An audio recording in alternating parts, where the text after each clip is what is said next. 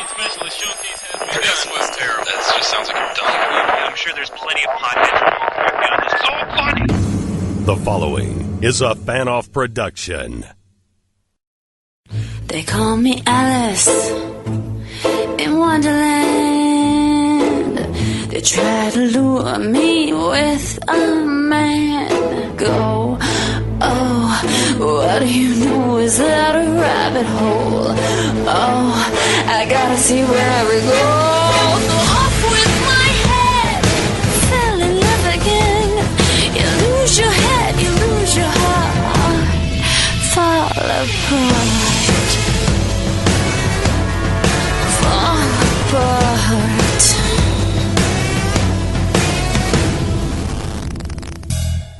What's up, all you stars and studs? I am former WWE diva and current First Lady of Ring of Honor, Maria Kanellis, and I am here with Michael Bennett, my fiance, my boyfriend, and my bug killer. Yes, I am your bug killer. I kill bugs. Killer of all bugs. How are you? Killer of all bugs. And we have a very special guest. We do, right off the bat. We do. And he's been here for a little while, but, you know, we'll just say he just came into the show. But just joined us. Just joined us. He's the undisputed Ring of Honor World Champion, Adam Cole. Hello, my friend. Hello, you two. I'm very excited to be on the Wonderland, the Mike and Maria Wonderland. Thanks for joining us in Wonderland. Hey, are you one of the people that, did you get your save the date in the mail, or have you not gotten it yet? I did. I got it. Ironically, there's a big group chat between myself, Matt Taven, Eddie Edwards, and Roderick Strong, and all of us were boxing each other, telling us how we all got to save the date at the same time. So we were all thrilled. We all got it on the exact same day. That's fantastic. Why do we have little kids in the background? What is going on? Nobody can hear it except me, you, and Adam. It's throwing me off. I was like, what is... My 8 children that I have. Yeah, I just didn't know what was going on. That is actually our producer's children right now that are screaming. So it's only the 3 of us that can hear it, or maybe we are like at some creepy household in The Shining, and those are just creepy children that are. Maybe we're all losing our minds too. We just hear children just in our heads. That's why I said something. I was trying to make sure I wasn't going batshit crazy. Oh no! It's only the 3 of us. I was going to text our producer and be like, "Hey, tell your kids we're taping here." They're screaming at us. No, that's just us. Everybody else now thinks that we're crazy, but that's okay. It's all right. Adam, are you excited for this weekend? Are you pumped? Are you gonna make it into Toronto? Do you have any problems getting into another country? I want to know everything. No. I'm ecstatic for this weekend. And fortunately for me, I've never had a problem getting into Canada. I've had problems getting into England before, and that's a giant story in and of itself. I'm really, really pumped for this weekend. We have a lot of really cool stuff planned. I know we're going to get to visit a children's hospital tomorrow, which will be awesome, very rewarding for both the kids and for ourselves. Friday, we have a lot of pre-tape and media stuff planned. And then Saturday's the big show, the first ever New Japan and Ring of Honor joint show. It's going to be awesome. The show's been sold out for quite a while. It doesn't get any bigger than this for ROH. We got some huge, huge events coming up. So I know myself and, you guys and the entire roster, man, we're all stoked. Yeah, definitely. Are you a person that, watches a lot of Japanese wrestlers? Because I know some guys in Ring of Honor are, super hardcore Japanese wrestling, but then other guys, haven't really gotten into it. Are you, do you watch it a lot or not so much? I'll tell you what, I used to watch it religiously. Like when I first got into wrestling, and even before that, I watched anything I could get my hands on. Lucha Libre, strong style Japanese wrestling, all the different independents in the U.S., and then obviously the mainstream stuff of WWE and TNA. But as I've progressed in my wrestling career and with the position I've been in now, I've found myself actually watching and studying people outside of wrestling. And as weird as that may sound, just like the certain way that certain movie stars carry themselves or certain pro athletes carry themselves. And Eric, Mike, I know me and you have talked about this before, but I think that's kind of like a lost art in what we do, especially at the level of Ring of Honor, where so many guys are focused on the in-ring product, which is what the company will always be known for, and something we do better than anybody else. Right. But I've been so focused now, man, on just even James Bond villains or things that Mike Tyson, Muhammad Ali used to say. I've been so focused on what these guys are doing, or these characters that Leonardo DiCaprio plays, that I feel like I'm studying more for wrestling through other avenues as opposed to actually studying wrestling. Right. It's funny that you bring it up, because I think it was yesterday. Literally, I was just telling Maria that because me and Maria are both Harry Potter nerds, and so I was telling her that I'm going to start studying Snape and Voldemort and they're both the villains in Harry Potter. And I was just telling her yesterday how I was going to start studying them and maybe try to start talking like Snape does, because he talks very slow and methodical. But I think we've talked about it, like you said. I think with wrestling fans, they've seen everything I think you can see in the wrestling ring. So we as entertainers and wrestlers have to start thinking outside the box. And if that means, there's not a move that no one hasn't seen before, especially with the super talented Japanese guys. So like you said, I think you do have to start looking outside the box. And if that's more character driven than it is move driven. But I think in my eyes, that's what makes the most money. I think if you're character driven, you're going to make the most money anyways. You look at someone, actually your opponent, Kevin Steen, on Saturday, I think he's a perfect example of someone who can do almost everything inside the ring, but I think what really got him over with the crowd was how character driven he was. Of course, 100%. And that's the thing too, it's not to disregard that. Of course, all of us are just giant wrestling nerds. We'll spend so much time watching so much wrestling over and over and over again, and we enjoy every second of it. Right. But like you said, for that money-drawing thing and doing something different and standing out, which is the goal of everybody as far as making money goes, I think looking outside the box or outside the bubble of pro wrestling is something that's going to become more apparent, I think, especially over these next few years. Yeah. When you first started watching wrestling, who was one of the person that you watched the most, and has it changed? Have you kind of switched? Because I know when I first started watching wrestling, who I watched then and then who I watch now are almost two different things.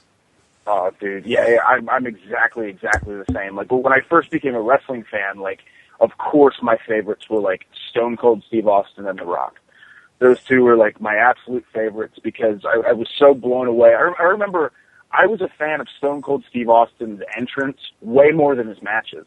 And it wasn't even that I didn't like his matches, but I thought it was the coolest thing in the world that glass could break and 20,000 people or 40,000 people would just lose their minds.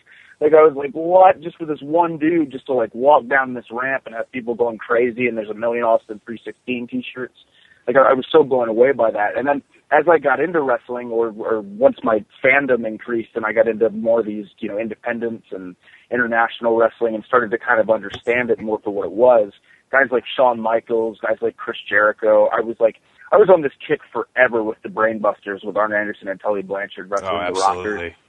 And, oh my gosh, I could just watch their matches for hours and hours. But, those were some of my favorites. It's definitely changed over the years. And I think actually, as far as it changing goes, my appreciation for more talent that I didn't necessarily recognize when I was just that little kid that was blown away by the spectacle, whereas now I understand, the true mechanics and the real art at what these certain guys did, to whether it would be to get heat or to garner a reaction or whatever it was. There's tons of masters of the ring over the years that you could just list countless names.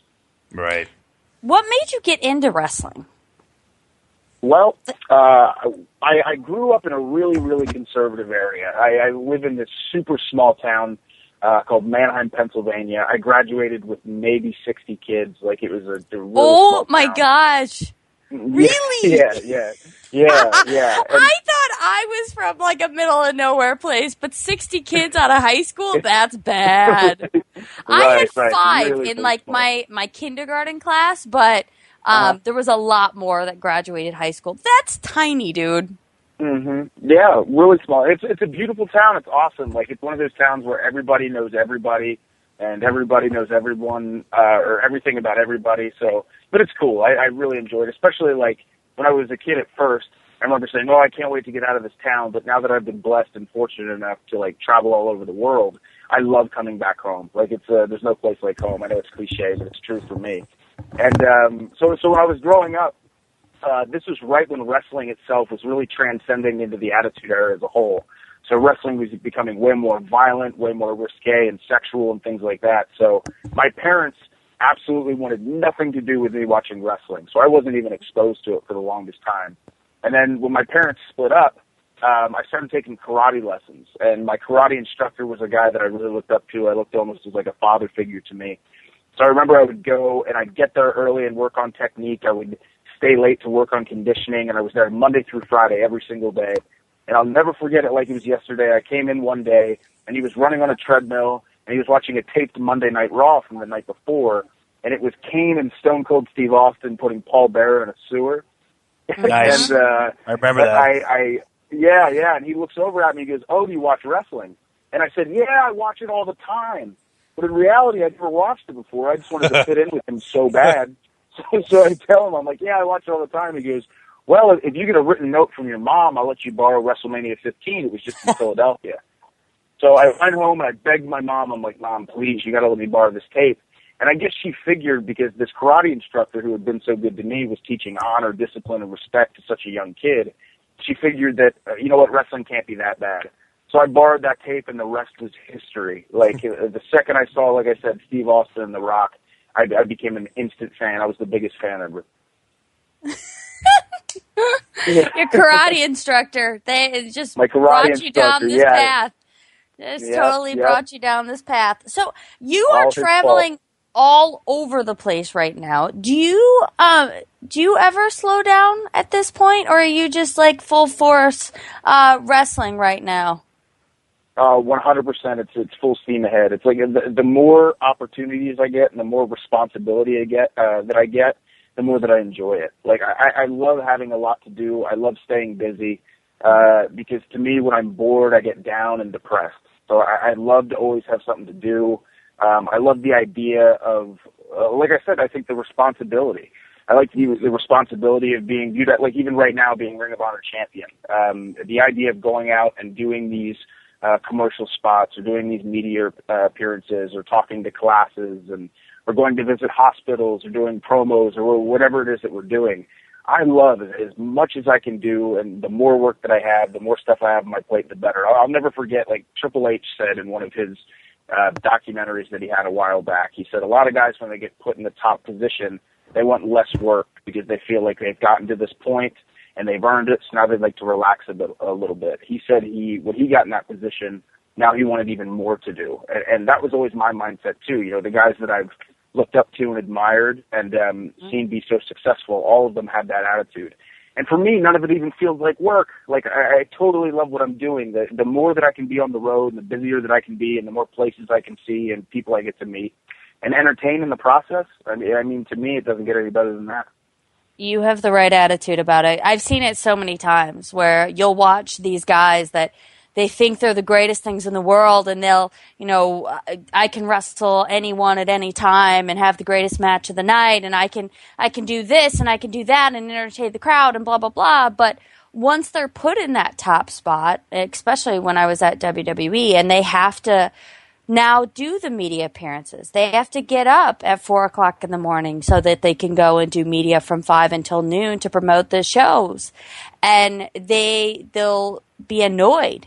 They'll be disappointed. Right. They'll think that they shouldn't have to do that kind of stuff. But that's actually what being in the top position is. It has nothing to do with what you're doing out in that ring. What you're doing out in that ring is great. It's awesome.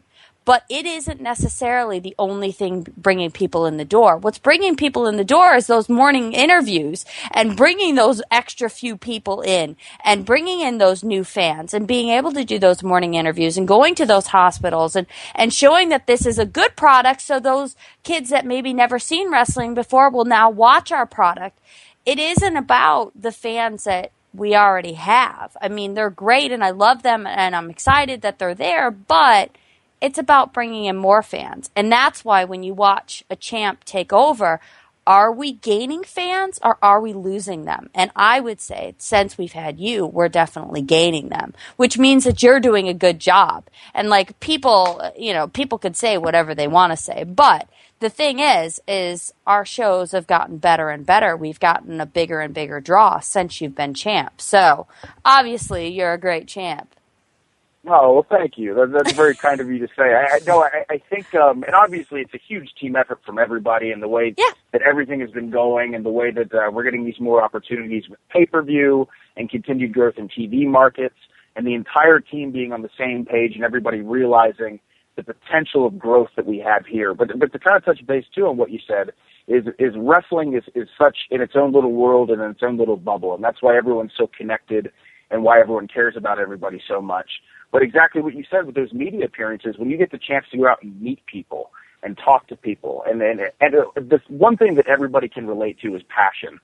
So if I talk to a newscaster or someone who's interested, maybe a sponsor interested in investing in Ring of Honor, and I have a 30-minute conversation with these people, they can see the passion that I have for what I do, and I can see the passion of what they have for what they do. So there's an automatic connection there, and that's one human thing that regardless of what your profession is, your entertainment field or anything like that, that's something that everybody can relate to and connect to. And when you have that personal connection and that personal relationship, that's what's going to broaden the horizons for not only Ring of Honor, but for everybody, just for the entire growth of the industry.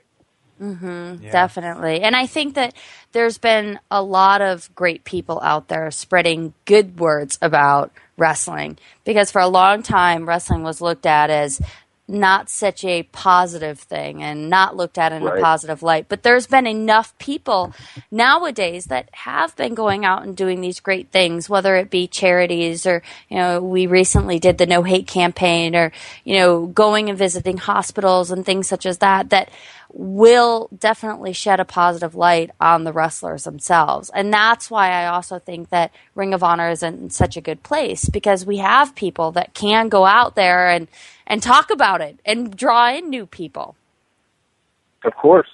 Yeah. We have a really young, hungry team looking to move the company forward, who's very passionate. No one's even close to getting burnt out, man. Everyone's ready to go. Everyone's kicking, into high gear.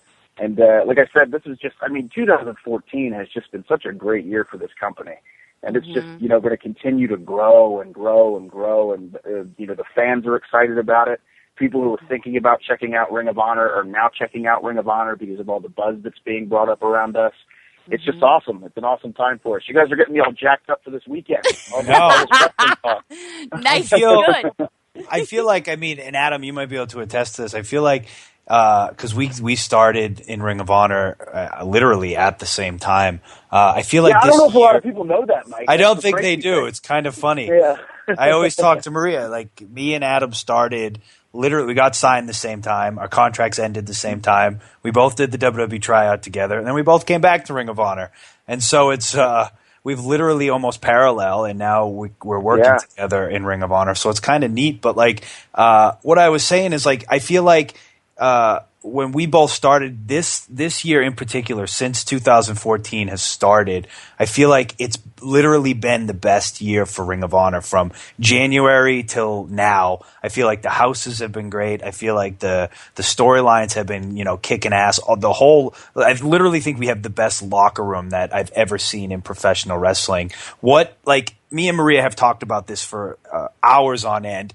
What do you think is the hump that we need to get over? What is holding Ring of Honor back from really just propelling ourselves into, the universe so everyone can see us? I know we have the pay-per-view coming up, which I think will help us out huge. But if you had to pinpoint one thing, what do you think we need to do as a company to really get ourselves to that next level? Sure. Well, actually, as a matter of fact, I really think that we're in the process of doing that. I remember when Jim Cornette was involved with Ring of Honor, he had made this comment like right at the beginning when Sinclair had taken over, and he said, in order for this to succeed, this has to be a slow, steady burn of progression. Right. It can't be like a giant leap to the top where we throw all this money that we don't have and then potentially lose it. We can't afford to gamble as much as we would like to gamble. We can gamble a little bit here and there and, go throw out some risks and things like that. but we have to make sure we take calculated risks. And lately, we've been taking a lot of calculated risks that have paid off for us. So to me, I really feel like we're completely on the right track of where we need to go. I think as long as the TV markets continue to improve, the ratings continue to improve, markets seem to realize the interest that is Ring of Honor, and then all of a sudden maybe we'll get better time slots, and then, maybe a neighboring city sees how well Ring of Honor is doing, and then they want to invest. If the pay-per-view does well, and then we do the following one, and that one does even better, I think that's what we have to do. I think we have to obviously stay very focused and very driven and always wanting more, but I don't think we should bite off more than we can chew. Right now, I think we're on a steady uphill climb, and I think it's very important to keep riding that momentum, but not get too overbearing or not get too overconfident in our progress and our goal. That's my honest opinion. I think as long as we stay on this track, I think we're going to be okay. Yeah, and I feel like with the two shows we have coming up in the next 2 weeks with New Japan Pro Wrestling, and then follow that up in June with our first pay-per-view, I feel like that's like a huge 1-2 huge punch right there with the pay-per-view. So I agree with you. I think we're going to get so many eyes on us, especially in the next 2 weeks with these huge shows coming up. I mean, sure. You know what? Something did just pop into my head. What I do think, though, for as far as the actual product goes, I think there's a lot of untapped potential of what we could do with character development. Yeah. And what I mean by that is even that little snippet they did with the Briscoes, where they went down to Sandy Fork and they followed the guys around on the farm and they had the family and things like that. I think, now don't get me wrong, the Briscoes are incredible in the ring, and they're mainstays there, and they've obviously earned the respect of the audience. Right. But I mean, the Briscoe brothers have never been more over than they are right now. And I think a big reason for that is their characters are so relatable. It's so easy to follow. It's so easy to understand, and it's so easy to get behind those guys. Right. So I think if we did the same thing with the heels in Ring of Honor, the same thing with some growing baby faces, where it's these easy to follow stories. And things, deeper than what we have going on inside the ring, some personal background to these guys, some actual stuff that, like I said, everybody can relate to. It's the same idea within the ring. Everyone can relate to a punch or a kick, but everyone can relate to a struggle of a child or a rough childhood, or everyone can relate to someone being so close to attaining a goal and then failing and then being told you'll never get there and then finally achieving that. That's something that everyone, any television audience can understand across the board. So I think maybe if we focused a little more on that, it's even from like a production side or from the guys getting together and coming together and trying to make that happen, I think that'd be great for our character development. I most definitely do. I think that's one thing we're for sure lacking. So I agree with you on that wholeheartedly. We were actually talking about that recently in the car. I'm trying to think who all was in the car, but we were all talking about how we think that there should be short videos about certain people every single week. Every week there should be something coming up on YouTube that's saying, I'm doing this or I'm doing that or I feel this way about whatever. It doesn't necessarily have to relate to wrestling, but it needs to express that character because we only get so much time, and sometimes we're not seeing everybody every week. We're seeing, people every other week on Ring of Honor television. So it makes it tough sometimes to connect those dots. And I still, to this day, am telling people, I'm on Ring of Honor, or this person's on Ring of Honor, or Matt Hardy's on Ring of Honor, so I'm still out there doing that. So I think the more information we can get out there to people, whether it be with videos on YouTube or it be just keep moving out there and getting to the media, I think that is really going to help put us over the edge. Yeah, no, I completely agree. I think because in the long run too, as far as characters that we all fell in love with, whether it be through movies or whether it be through TV shows or even in the WWE with certain characters that we fell in love with, it's all of these characters have serious layers of depth. We know exactly how they would react in this situation or how they would react in that situation. Would it be anger? Would it be sadness? Would it be jealousy? And I think the more scenarios we create for our characters, not only will it create more exciting matches, but it will be so much easier for the guys in the ring, and it'll be so much easier for the guys outside the ring watching it to either get behind or, not be able to stand the guy who's in there. So I have a question. Sure. Person, wrestler, past, present, maybe someone you see potential in the future. Who do you want to wrestle? So like a future guy I would like to wrestle? Any Or of them. like Past, anybody I could wrestle. Anybody. And this is like of all time. This is like of all time. Of all time. Okay. Yeah, for sure. Shawn Michaels is and always will be number one on my list for the reasoning of the guy was a tremendous babyface. He was a tremendous heel. He was a great talker, and more importantly than that, his ability to garner emotion from the audience and just create that absolutely pure magic inside that squared circle. I think he did it better than anybody else. And more importantly than that, I feel like he's the best person that I could learn the most from. Like the idea of just being in the ring with Shawn Michaels for 20 minutes would just be a total awesome experience for me. So he's by far my number one. He's got to be the greatest of all time, right? He's gotta be. He's gotta be. Yeah. Right? Is there an argument? I mean, whether you loved or hated him, he has to be the most consistent in-ring performer ever. Like, just this sounds terrible, Mike. Like, this is no joke, and this is awful. But if I talk to somebody like a wrestler who doesn't think Shawn Michaels was good, I literally lose respect for them. Yeah, you look down on him. I'm like, your opinion no longer matters to me. Yeah, like you're just, it's all, yeah. You just kind of feel like it's like talking to someone and they're like, well, I think Michael Jordan was overrated. You immediately are like, you're not a basketball fan. Yeah. Right. Like, you know nothing about basketball. Sure. And he doesn't have to be everyone's favorite of all time. I get that. Right. But like, if anybody is ever, Shawn Michaels wasn't that great. I immediately am like, okay, I completely disregard anything you're saying from me. Right. You know nothing, and you should get the hell out of here. Who is there anyone? I mean, I feel like everyone in Ring of Honor has pretty much wrestled everyone. Is there anyone in Ring of Honor who you haven't had the chance to wrestle with that you really want to, or have you pretty much wrestled everyone? Yeah, I feel like I've wrestled, like practically everyone on the roster. Right. I can't think of a specific guy who I would like to wrestle that I haven't wrestled. I'm trying to wrap my brain around it. But I will tell you this, though.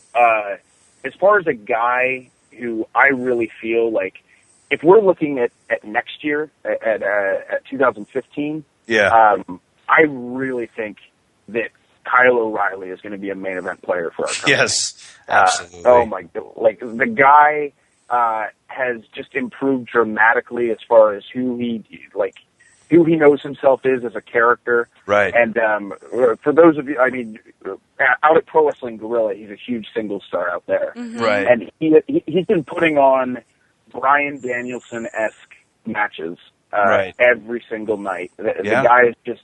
He's probably the most technically gifted guy I've ever stepped into the ring with. Right. I remember I was so thankful when me and him teamed as Future Shock because for everything I helped him with as far as character development and selling and facial expressions and things like that, Kyle helped me equally, if not more so, with stuff mechanically in the ring. Like Kyle, to me, will always be a better in-ring technician than I ever could dream of being. He's just so unbelievably talented.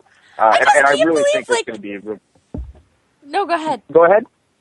Oh, I just can't believe how much he came out of his shell. Like, I swear I didn't know how funny he was up until recently. All of a sudden, he got super funny, and I guess he always was that way. But his in ring work has always been second to none. But now his promos with Bobby Fish have literally become must-see television. Like they are literally my favorite part of watching Ring of Honor. Like I never knew that was inside him, and it's crazy. Like you said, he's one of the most technically gifted people I've ever seen in the ring. But now his promos are right up there with anyone. Like they're so genuine and so him that it's like I think he's awesome. He's tremendous. You know what I think it may be is I think in many cases I think this was just a scenario where Kyle finally kind of had the platform. Yeah. And I know there's that excuse all the time of like, oh, you can make anything out of anything. And the greats are able to do that. You know, you Right. can be given chicken salad or given chicken shit and turned into chicken salad or whatever.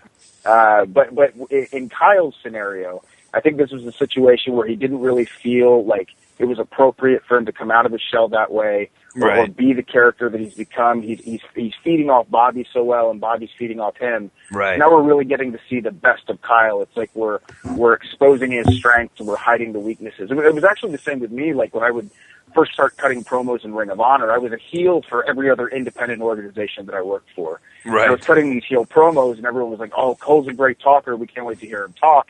And in many cases, I would talk as a babyface, and I remember I would cut these promos, and I would try so hard to get into the zone, and it was only towards the end of my babyface run where I felt like I was really starting to understand how to cut promos as a babyface. It's tough. But before that, man, I had no idea. Like I was cutting the most generic, vanilla promos, and now I'm cutting promos as a heel, and people all of a sudden are saying, "Oh, Cole's really improved on the mic, or he's really been practicing his promos." But the reality was I just never felt comfortable in that. Whereas now, like I said, I was so glad that I had that run as a babyface in Ring of Honor because it forced me real quick. It was a sink or swim situation. It was like, all right, I either got to do well with this, or if I suck, I'm going to be in big trouble. So it forces you to get better. That's the best part too about the situations that we're thrown in, is because you can't grow unless you're thrown out of your comfort zone. And in that case, I was really thrown out of my comfort zone. So I was really thankful for that. How much do you think PWG and being in there with Steen and the Young Bucks has? Because I know just for me that brief feud that I had with Steen from like September till Final Battle, I learned so much just being in the ring with him, whether it be promos, character, wrestling, anything, feeling a crowd. And now you get to work with them almost every time you're out there at PWG. How much has those three guys helped you in your career?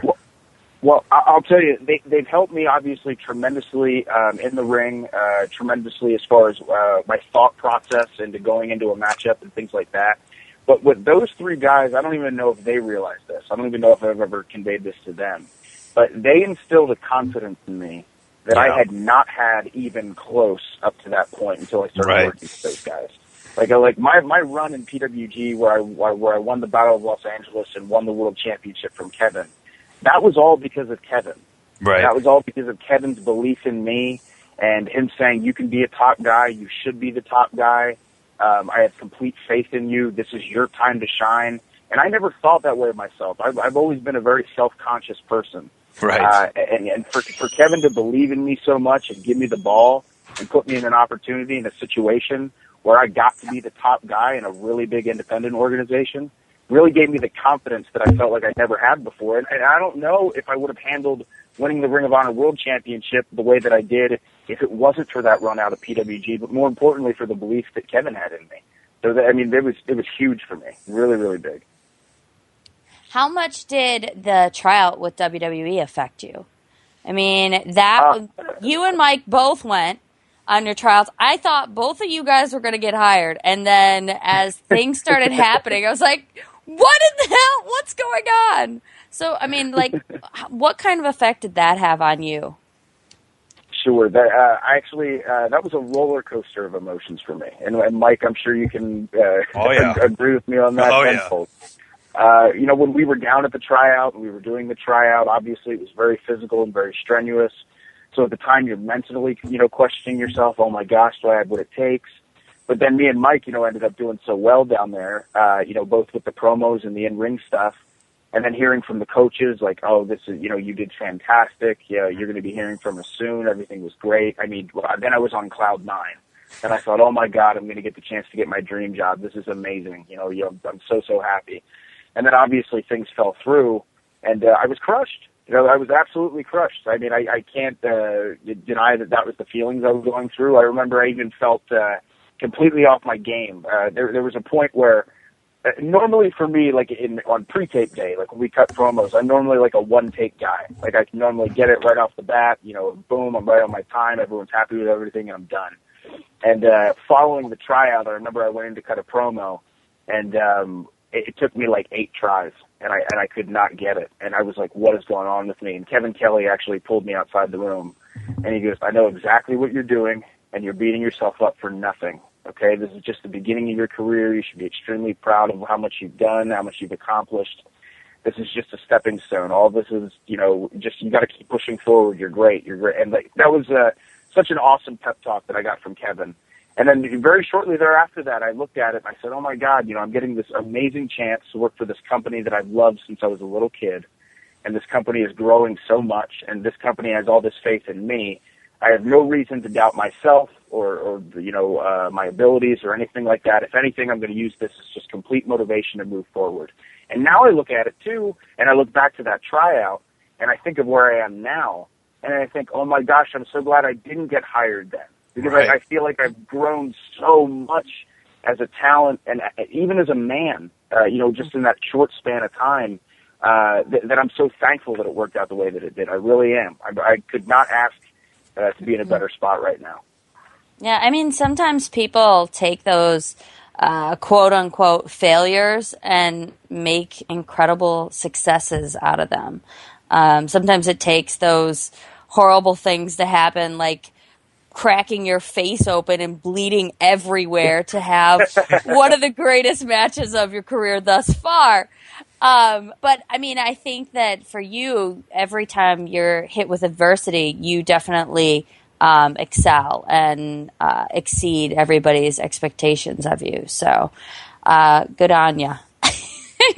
Thank you. Yeah, and I think too that's like I said too, even as a man, that's always a great test, because if someone is constantly told yes, yes, yes all the time, eventually you got to be told no, just to be able to see how you can handle that. There's a reason that when someone is 45 years of age as opposed to 25, I'm sure that 20 years from now I'm going to be much different but much wiser. I'll have a better ability to handle stress or handle bad situations just because you've dealt with it. The best possible learning experience is experience itself. So, I'm really glad that situation happened the way it was. And like you guys said, just got to keep moving forward and pushing forward. That's all we got. I feel like... Oh, go ahead, sweetie. No, No, go. you can go. No, how old are you, Adam? 24? I'm 24, yes. 24. Yeah, when I was 24, I thought that I could walk on water, and I quickly learned that was not the case.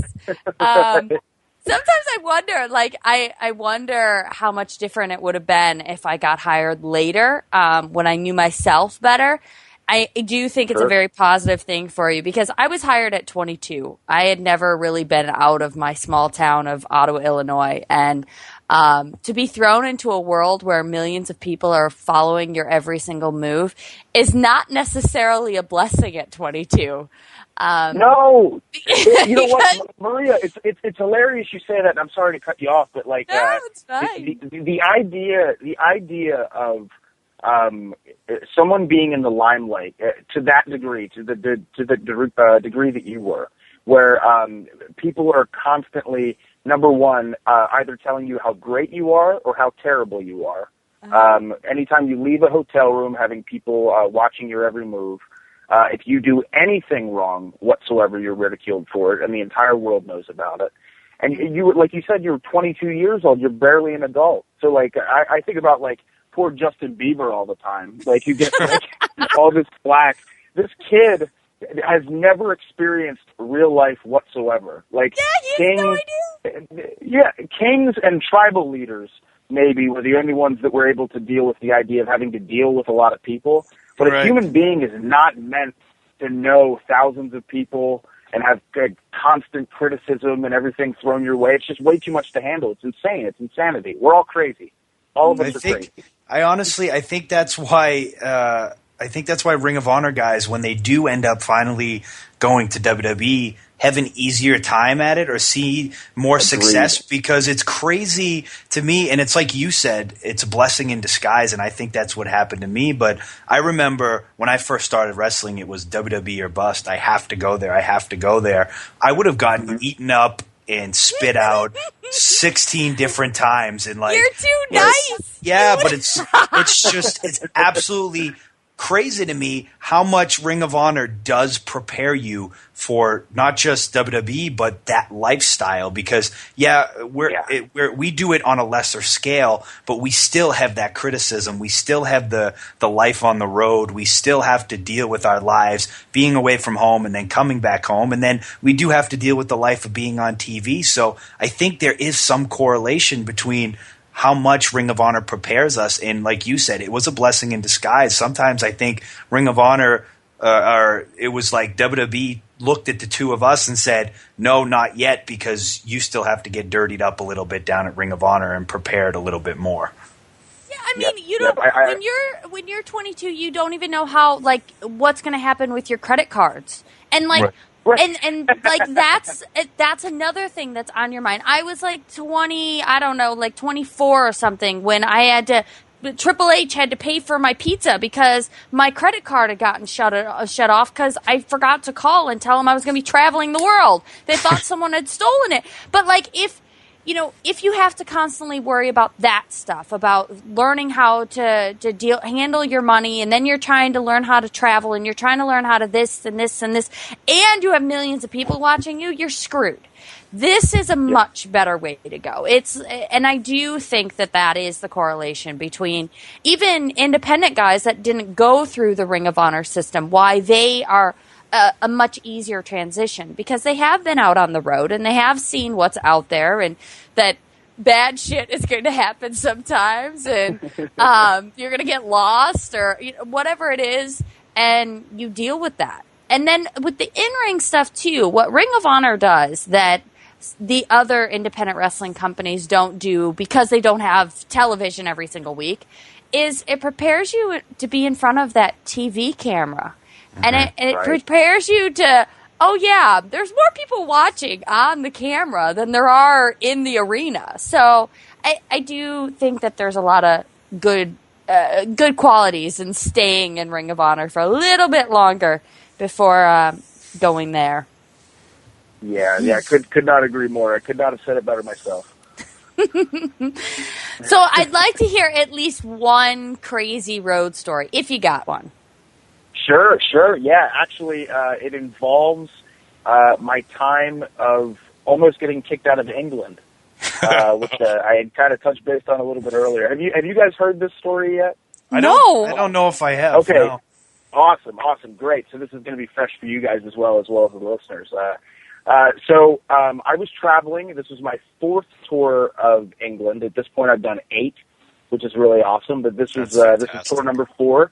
I had 4 shows lined up in England and then 3 shows lined up in Germany. Mm-hmm. So at this point, this was before a time where, now fortunately when I get to travel, the promoters will buy us work visas. So what we're doing is completely legal, nothing illegal whatsoever. But at that time, because I was not making as much money and wanted to get as much exposure as I could and travel the world as much as I could, I would never say no to anything. So this was trip number 4 for me as far as going into England. And for me, I had no problems before because, at that time I had no beard. I was as baby-faced looking as it gets. I mean, my first tour of England, I was 19. So I would wear like a college hoodie and like a college beanie and say I was just here for a school trip, and they would never, bat an eye and let me right in. But on this trip, I was with Sami Callihan, who is now Solomon Crow down in NXT.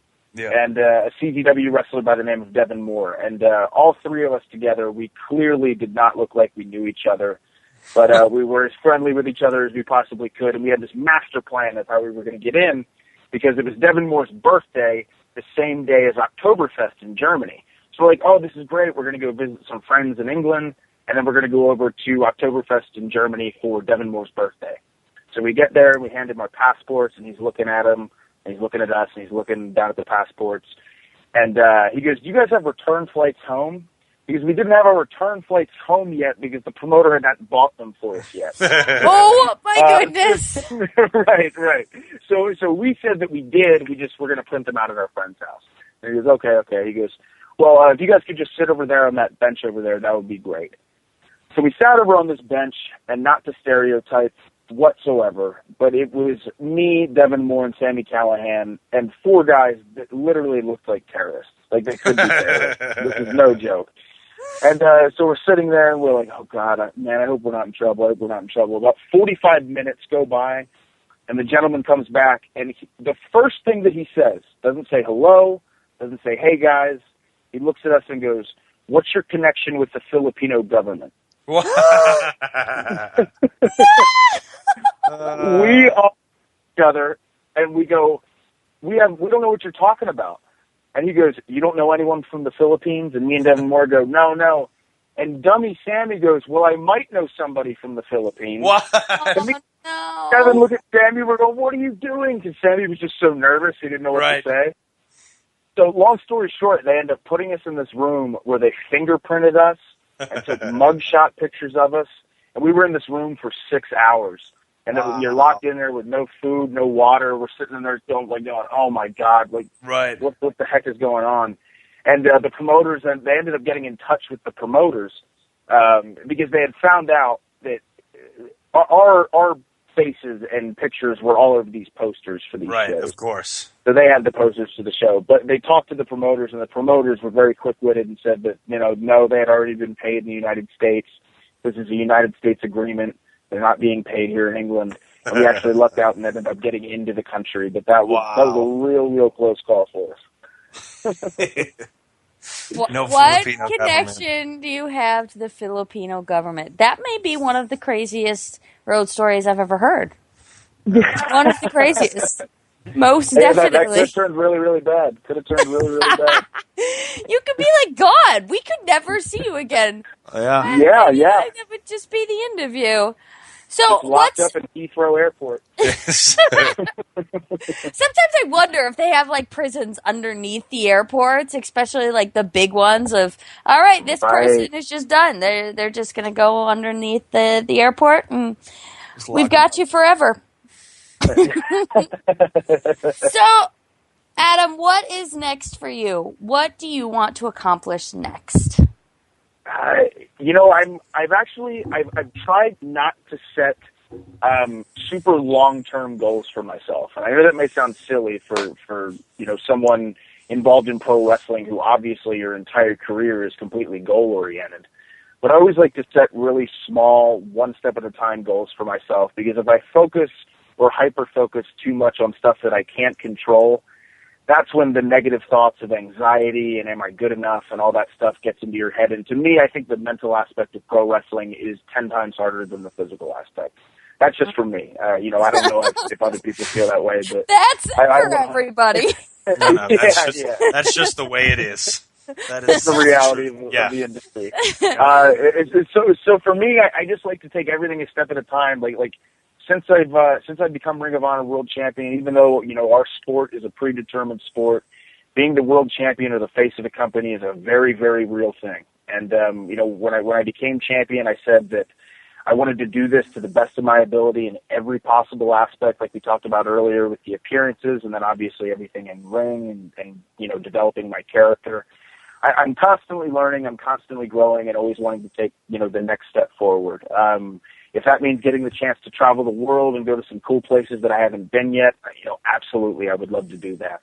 But right now my main goal is to grow right alongside Ring of Honor, because Ring of Honor is growing at just a tremendous rate right now, and I'm looking to go along for the ride. So that's it for me as far as the near future goes. That's better. I mean, in wrestling, I don't think that you should have these big, grandiose dreams, because the thing is they're dreams. They're things that are out there, and yes, it would be nice to obtain them, but it takes time, and it takes all these things that you're learning how to do in order to get to those big dreams. So I think that you're doing it the right way, and I'm excited to see you this weekend. That's going to be fun. Yes, it's going to be awesome. Before I let you go, name off your social media and all that kind of stuff, and where people can find you, book you, whatever, and then we will let you go. Sure. My Twitter is @AdamColePro. As far as a booking email, or this is even for fans too, any fans who want to reach out to me are more than welcome to. It's AdamColePro@yahoo.com. And then I also have a website. It's run by a guy, Dan Mitchell, in England. He's done just a tremendous job. I never get back to him enough, and he is just awesome and always keeps up to date with everything that I'm doing. He always has my schedule completely updated, which is also on there. I have some brand new and restocked and new designed Adam Cole T-shirts in the store section as well. So if you guys are interested in checking those out, you're more than welcome to. And that's where you can reach me. I have a website guy like that too. He's been awesome. Doing my website since 2005. He's like a friend, but he's a fan. But because I've been talking to him about this website for so long, now he's my friend. I have to get an invitation out to him for the wedding as well. I almost forgot. It's just no. Thank you so much for coming on with us, and I just think you're a tremendous talent, and I can't wait to watch and follow your career and be like, I knew him back when. You're too kind. You're too kind. No, thanks so much for having me on, guys. Okay. Thanks, buddy. Appreciate it. All right. You got it. Take care, guys. Bye. Hello? Hello. Here I am. It's the two of us now? Just the two of us. Sing it. Which version are you singing? I don't know. I'm making it my own. Is that Will Smith? No, just the two of us. That's not even the tune. That's not how it goes. That's a completely different song. I think that's porn music, actually. Oh, well, that's maybe what I was listening to earlier. Oh, no. Hey. So, that's how you do Face of the Company. Just, if anybody wants to know that's listening right now, that's some wrestler that's on the indies coming up, that's how you do that's how you represent an entire company. That's how you take a company on your back, and you make them look good in the process, and then you make yourself look even better. So therefore, when other guys go on radio interviews or media or, appearances, Ring of Honor already has a good name because they've heard the champ talk. They've seen the champ talk. They've discussed life with the champ, and they can go back to their friends and say, that Adam Cole, he's a good guy. And guess what? That Adam Cole is the Ring of Honor World Champion, so that Ring of Honor must be a good guy. Yeah. Yep. Yeah. That's how you do it, boys and girls. It is. It's amazing, and the one cool thing about Adam, which I actually wanted to tell him and I didn't get to, is every time he does these media appearances or anytime he represents the company, he looks like a superstar. He's dressed to the nines, and that goes a long way too. You dress for the job you want, not the job you already have. Dude, why am I getting an echo here? I don't know. Echo. I'm putting it down here. See if that happens. No, that's what she says. No. I'm just putting it down here. Why am I getting an echo? I think that is one of the reasons why we've just grown and expanded like we have. Yeah, because absolutely. he puts on this suit and he slicks his hair back and it looks nice and he's this fresh face and he's 24. Really? Yep. 24. He's got it put together. Yep. Wow. He is going to be something to behold. Give him 2 or 3 more years and he could be conquering countries, I think. Yep. And he's completely not changed, but integrated a new kind of wrestling style to represent where he is in the company. And if people look at that as a negative, then people don't really understand the direction Ring of Honor's heading in and don't really understand a true talent, because Cole can do anything that anybody can do in that ring and probably do it better, but he understands where he is in the company. He understands how pivotal he is to the company. He understands his character, more importantly, out of anything else. He understands his character in the company. And it's actually a conversation that I was having with Matt Hardy at the WrestleMania shows about how Cole is really understanding that, and Matt is playing a huge role in that. And so people who criticize Matt don't understand wrestling. And the influence that Matt has had on me and Cole has been tremendous. So it's been kind of fun to do this little thing, have this group with him and Matt and you, and kind of take this ride together. And I feel like it's just a group of people that all view wrestling in the same light. So it's kind of fun. It's real fun. Yeah, no, it's not more than kinda. It is fun. It's awesome. You know what else is awesome? Everything is awesome. Everything is cool when you're part of a team. Everything is awesome. What is awesome? What in the heck is that? I'm singing. But what song is that? I don't know. They play it on 98.5 The Sports Hub. Every time they talk about the fans in Boston being such homers that they won't criticize their own teams. It's from the Lego movie, just so you know. Of course it is. It's from the Lego movie. Did somebody tweet that to you, or did Will tell us? Will told us. Our course. producer with How his did I know? No. children that have made us all feel crazy today. That was good. Everything is awesome. Everything is cool. I would like that to be the opening to our show next week. No! Everything is awesome. No. It's coming up on my phone right now. Everything is awesome. Yeah? Everything. I wanted to ask you something, and now I've totally forgotten what I was going to ask you about. Everything is Oh, awesome. I was going to tell you how awesome my Blackhawks are, and They how lost they're... last night, 4-0. I don't remember that game in particular. I do. They're going to beat the Bruins, because the Bruins blow. All right. Just so you know. Really? Really? Did we need that? Really?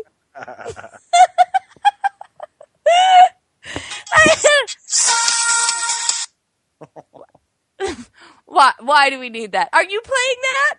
I was. No! I put it on my phone. Oh my goodness, are you ready for this weekend?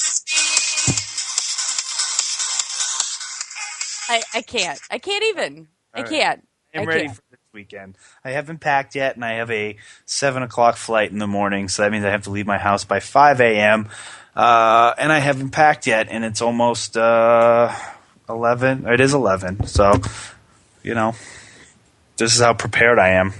Okay, I want to hear about your match, though. That's what I'm asking you about. Against ACH? Yes, that one. I'm ready. I'm prepared. That's all the preparation I need. All right, that's all you're going to give me. Perfect. I'll give it. I can't do this. I can't. I can't. You closed the show. I can't do this. No, I did. I closed it. No, you did not close the show. Okay, make sure you follow me on Twitter. It's Maria L. Kanellis. You can follow me on Facebook. It's official Maria Kanellis. My website is mariakanellis.com. I also have t-shirts on prowrestlingtees.com. You can go to my eBay store, which is Maria Kanellis. Direct, no, it's not because I'm just, I don't know. I'm like trying to pay for, I don't even know what people think that I'm trying to do. I'm trying to get rid of some of my crap. So, no, not like that. I'm trying to tell people where to go. All right. And then, I'm on Instagram and it's Maria Kanellis. Yeah. So you go, you say your stuff now. At Real Mike Bennett on Twitter, and then at The Real Mike Bennett on Instagram, and then look up Mike Bennett on Facebook and be my extreme close personal friend, and we can tell stories to each other, and it'll be great. It's creepy. Why is it creepy? It's creepy, dude. No, it's not. It's creepy that you have 4,000 people on your Facebook that you're close personal friends with. It's creepy. Do you know what it is? What? Everything is awesome! Bye, guys. See you next week. Off with my head, fell in love again. Off with my head, fell in love again. You lose your head, you lose your heart. Off with